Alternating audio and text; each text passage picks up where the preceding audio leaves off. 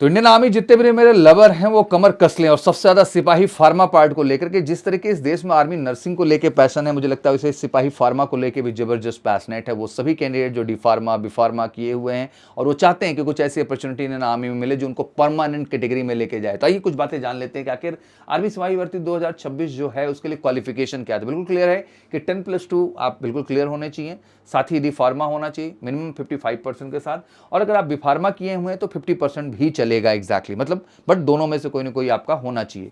As क्या है तो 19 से 25 साल मोटा मोटा है, बट एग्जैक्टली समझेंगे तो 1 अक्टूबर 2001 से 1 अक्टूबर 2007 अगर ये दोनों डेट ऑफ बर्थ है इन बिटवीन तो आप इसके लिए एलिजिबल है। हाइट वेट ऑब्वियसली उसी के प्रोपोर्शनेट चाहिए। कुछ एरियाज में 163 है, फिर कुछ एरियाज में 169 है, बट मैक्सिमम एरिया में 170 ही देखने को मिलेगा। तो ये बेसिकली हाइट या क्राइटेरिया है जो वहाँ चाहिए होता है।